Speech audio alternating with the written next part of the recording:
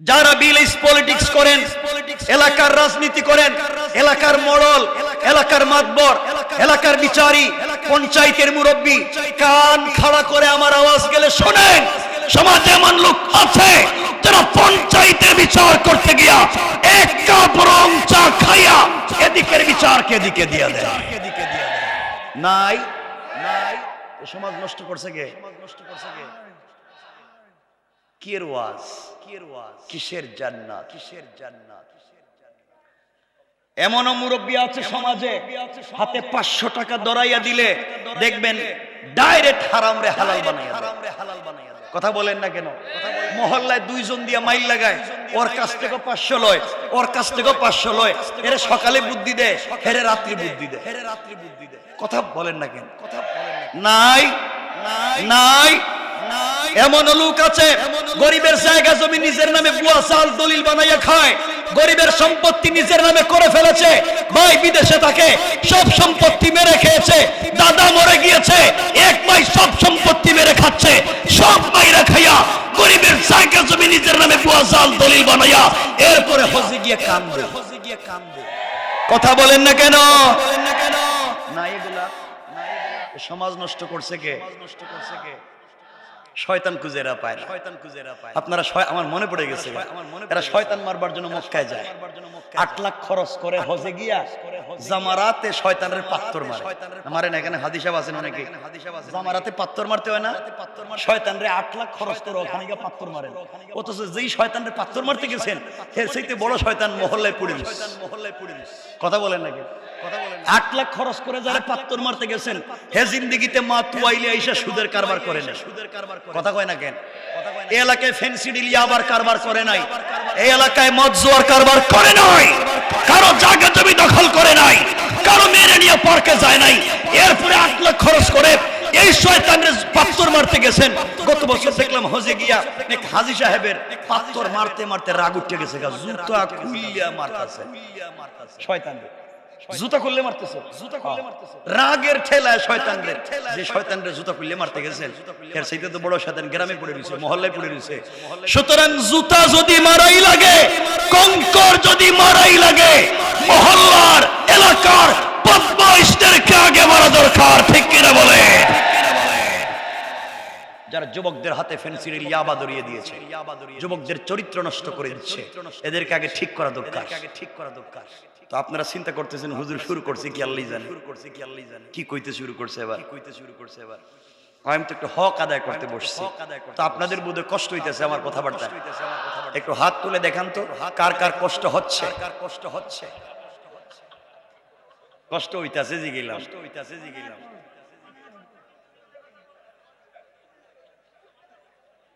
কষ্ট লাগতেছে।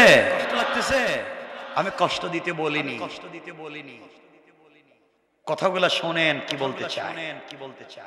কেউ রাগ করেন না। এখানে অনেককে দেখলাম বলছেন আমার ভাই মসজিদের সভাপতি, দায়িত্বশীল, মাদ্রাসার দায়িত্ব। আলহামদুলিল্লাহ, এই মসজিদ মাদ্রাসার দায়িত্বশীল গুলা, মসজিদ মাদ্রাসা একটা এতদিন বন্ধ ছিল, এখন চালু করেছে। ভালো কাজ না খারাপ? এই যে জওয়ানেরা এত কষ্ট করে প্রোগ্রামের আয়োজন করেছে, ভালো না খারাপ? এই সমাজ, ওরা মসজিদকে সুন্দর করতে চায়, মাদ্রাসাকে সুন্দর করতে চায়, সমাজকে সুন্দর করতে চায়, এজন্য দায়িত্ব নিয়েছে। কিন্তু কসম রব্বে পাকের জাতের, আপনারা বৃহত্তর এলাকায় খবর নেন, ম্যাক্সিমাম মসজিদের সভাপতি সুদখোর, ক্যাশিয়ার ঘুষখোর, সেক্রেটারি দুর্নীতিবাজ, চাঁদাবাজ, বদমাইশ, ফেন্সিডিল ব্যবসায়ী, ইয়াবা ব্যবসায়ী, ইয়েতিমের জায়গা দখল করে, বিধবার বাড়ি দখল করে, গরিবদের ঠকাইয়া মাইরা খায়, শেষ পর্যন্ত মসজিদের দায়িত্বশীল হয়ে যায়। ঠিক কিনা বলেন?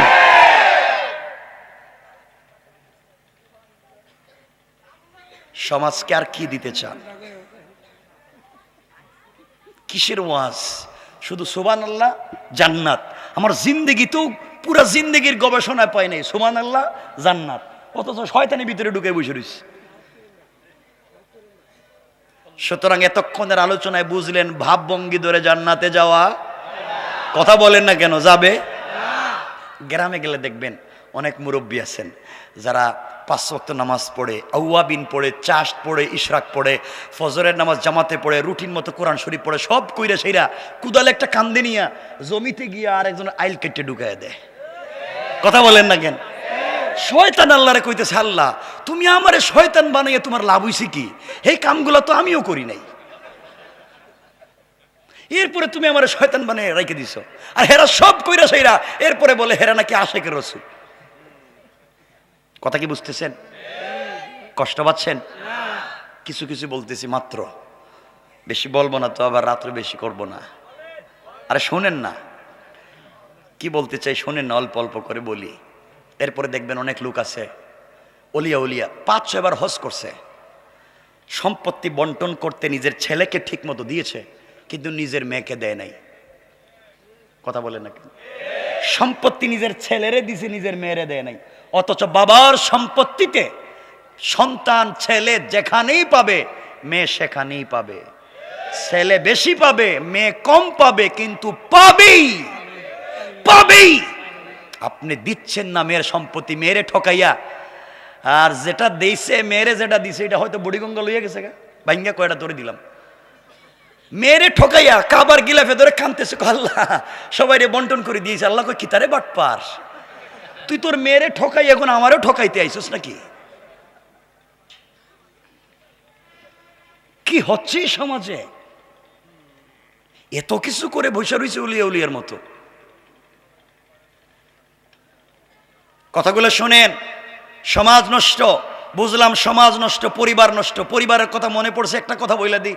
ওই দিন একজন বলতেছে, মানে এমনও পরিবার আছে সমাজে বউরে মারতে মারতে, মানে স্ত্রীরে পিড়াইতে পিড়াইতে কয় তুই আমার আব্বা কো।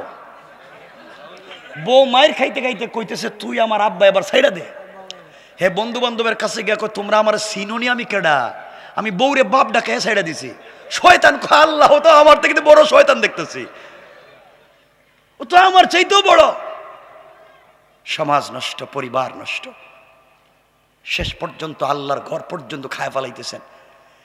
আজকালকে শুনছি বাচ্চারা মসজিদে নামাজে যায়, ছোট ছোট বাচ্চারা মসজিদে নামাজে যায়, আর কিছু মুসল্লি আছে এদেরকে বের করে দেয়। কথা বলেন না কেন? এগুলাও আছে সমাজে। তো সমাজে নাই কি? তসবিহ পড়ে কোনো কাজ হবে না। আপনাকে দেওয়া হয়েছে সমাজ বিনির্মাণ করবার জন্যে। কোরআনে কারিমের এই যে কোরআন শরীফ, কোরআনে কারিমের 13 নম্বর পারা 14 নম্বর সূরা ইব্রাহিমের প্রথম আয়াতে আল্লাহ বলছেন, আলিফ লাম রা, কিতাবুন আনজালনাহু ইলাইকা লিতুখরিজান নাসা মিনাজ যুলুমাতি ইলান নূর। রব বলেছেন কোরআন একটা ম্যাগনেটিক লাইট, কোরআন একটা চুম্বক। তোমরা সিস্টেমে সমাজের যেই জায়গায় অন্ধকার দেখবে, কোরআন নামক লাইটকে সেখানে লাগিয়ে দেও, অন্ধকার থাকবে না, আলোকিত করে দিবেন কে? আল্লাহ কোরআন দিছেন সমাজে যেখানে অন্ধকার, সমাজে যেখানে নোংরামি, একটু বাচ্চাদেরকে চিল্লাতে কম বলেন। সমাজে যেখানে নোংরামি, এখানে কোরআন লাগিয়ে সমাজকে সুন্দর করতে আল্লাহ বলেছেন। কেউ রাগ করবেন না, দুহাত জোড় করে বলছি, কিন্তু আজকালকে কোরআনকে আমরা মসজিদে রাইখা দিছি, কোরআনকে বানাইছি মক্তবে বাচ্চাদের পড়াবার বই, কোরআনকে বানিয়েছি জানাজার জিয়ারত করবার বই, কোরআনকে বানিয়েছি তারাবি পড়াবার কিতাব, কোরআনকে বানিয়েছি শবে বরাত আর শবে কদরে খতম পড়ার কিতাব, কোরআনকে বানিয়েছি কেউ মইরা গেলে তার বাড়িতে 10 জন মিলে খতম পড়ে 300 টাকা করে পাওয়ার কিতাব, কোরআনকে বানিয়েছি তাবিজ আর কবজ দেওয়ার কিতাব। কথা বলেন না কেন? এই তো কোরআনের কাম। তাবিজ লিখতেছে হুজুর, কোরআন এই তো চলতে আছে। এক ছেলে হুজুরের কাছে গিয়ে হুজুর আমার একটা তাবিজ দেন। ঘটনা কি? আমি যে বল্টুর মেয়ের সাথে প্রেম করি, তো ওরে আরেক জায়গায় তার বাপ বিয়ে দিতে চায়, এমন একটা তাবিজ দিবেন মেয়ের তো বিয়া বন্ধ হবে, মেয়ে পাগল হয়ে যেন আমার কাছে আসে, তার মা শুদ্ধ আসে, এমন একটা গরম তাবিজ দেন। হুজুরকে 500 টাকা বেশি দিবেন, গরম দিতেছি। এমন গরম তাবিজ দিতেছে, একটা কম্বলের নিচে, একটা বালিশের ভিতরে, একটা সোফার তলে, আর একটা পানিতে ভিজিয়ে খাওয়াইবেন, তো এর ভিতরটা ঠান্ডা হইব। আর আরেকটা তাবিজ চুলার ভিতরে দিবেন, আগুন জ্বলবো, তো এর কলিজায় জ্বলবো। আর আরেকটা তাবিজ দিবেন, যে তাবিজ লেখছে হের কপালে ঠাডা পড়বার জন্য। কথা কন না কেন? এগুলা লিখতে কইছে কেডা তোরে? এই কামটা করতে কইছে কে? এই কুফুরি কালাম। মানে রাখবেন, যারা কুফুরি কালাম করে তাবিজ লটকায়, রাসূল বলেছেন মান আল্লাকা তামিমাতান ফাকাদ আশরাকা। শিরিক, যারা এগুলো লটকায় কয় শিরিক। কোরআনকে বিচ্ছে খাচ্ছ, মানে রাখবা কোরআন হাদিস থেকে যদি কেউ ঝাড়ফুঁক করে হালাল সুন্নাহ, হাদিসে তো বাবই আছে মেশকাতে, বাবু তিব্বে ও রেকাক, ডাক্তার এবং ডাক্তারি আছে, কিন্তু আমি বলছি কুফরি কালাম জাদু টুনা করা যাবে? বলেন না যাবে? এগুলা করেননি আপনারা? না না না না না, এগুলো আপনারা করবেন কেমনে? আপনারা তো বহুত আগের অলিয়া উলিয়া। না কয় আল্লাহ বাঁচাইছে, আমি কম কম বলতেছি কারণ শেষ হয়ে গেলে সময়। মসজিদে নাকি বলছিলাম বাচ্চারা নামাজে গেলে বাইর করে দেয়, আসেনি এগুলা? এগুলা দিয়েন না। আমার একটা কথার উত্তর দেন, মসজিদ থেকে বাচ্চাদেরকে বের করে দেন কেন? কি করে ওরা? দুষ্টামি করে, চিল্লে চিল্লি করে, আর লাফালাফি করে, মারামারি করে, আর কথা কয় না কেন? দৌড়াদৌড়ি করে, চিল্লি চিল্লি করে, মারামারি করে, লাফালাফি করে, দৌড়াদৌড়ি করে, এই তো সব ঠিক, সব বুঝলাম। বাচ্চারা মসজিদে শয়তানি করে, কিন্তু বের করে দিতে কইছে কেডা? জিগেলাম তো ওইটাই, বের করে দিতে কইছে কে? কথা কয় না, এখন মিথ্যা কথা করছে কিন্তু। কমিটির ডাইরেক্ট কিন্তু কয়া ফেলাইতেছে, দেখতেছেন নি? শোনেন, আমাকে বলেন তো বাচ্চাকে বের করে দেন কেন? মনে রাখবেন ও মুসল্লি, আপনার মসজিদে নামাজ কবুল হয় না বাবা। নামাজ পড়ে সুদ খাও, নামাজ পড়ে ঘুষ খাও, নামাজ পড়ে ফেন্সিডিল ইয়াবা টাকা বাইরে খাও, তোমার নামাজ তো মসজিদে কবুল হয় না। মসজিদে যদি নামাজ কবুল হয়, এই মাসুম বাচ্চাদের ওসিলায় নামাজ কবুল হয়। এদেরকে বাইর করো কেন? বাচ্চারা চিল্লা চিল্লি দৌড়াদৌড়ি দুষ্টামি করবে না, থেকে আপনি মুরব্বি করবেন? এটা তো বাচ্চার কাম, তো বাচ্চা করবেই। ওকে বুঝাবেন বেশি দৌড়াদৌড়ি করো না, চিল্লা চিল্লি করো না, এটা বুঝান। কিন্তু না বুঝলে যে বের করে দিতে বলছে কে? আজকালকে এক মুসল্লি, এক বাচ্চা গেছে গান, সবার আগে নামাজে আসছে, প্রথম কাতারে দাঁড়াইছে নামাজে। এক মুসল্লি গিয়া কয়, আরে আল্লাহ, এটা তো বল্টুর ছেলে দেখতেছি, তার বাপ জীবনে মসজিদে আসে না, হে কেমনে আইলো? দিছে এক টান, বাচ্চা গেছে এক কাতার পিছনে।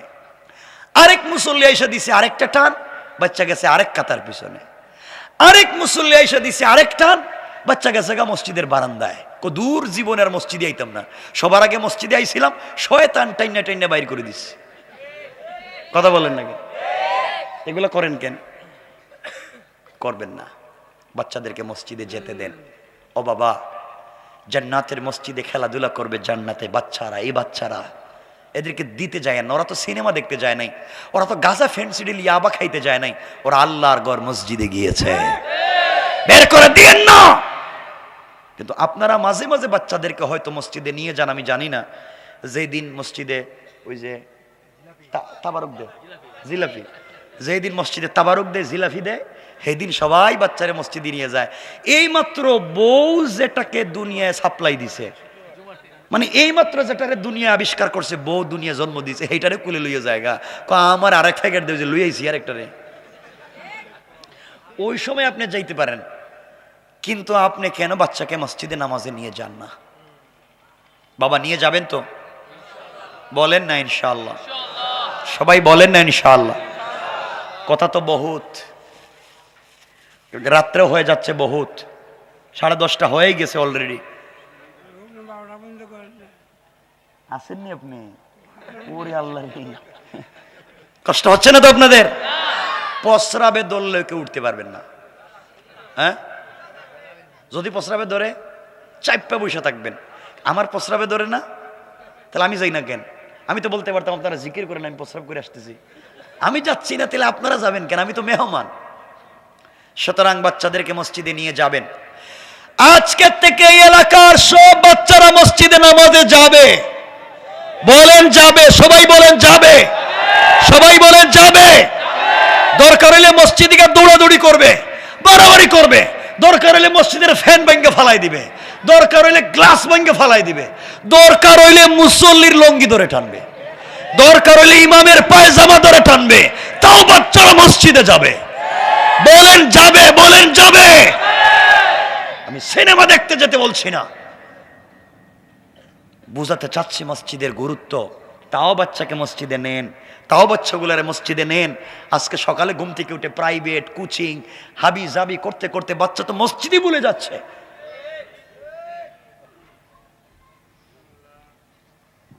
আল্লাহর ওয়াস্তে কথাগুলো বুঝো। সুতরাং এতক্ষণ যা বললাম এগুলা সমাজের নোংরামি, এগুলা সমাজের অবক্ষয় না? এগুলা কি এভাবে থাকবে না এগুলার থেকে বাঁচতে হবে? কথা বলেন। এই বেঁচে থাকবার পথ এবং পদ্ধতি কি আল্লাহ কোরআনে কারিমে বলছেন, সংক্ষেপ করে বলতেছি। এগুলা নোংরামি, এগুলার থেকে সমাজকে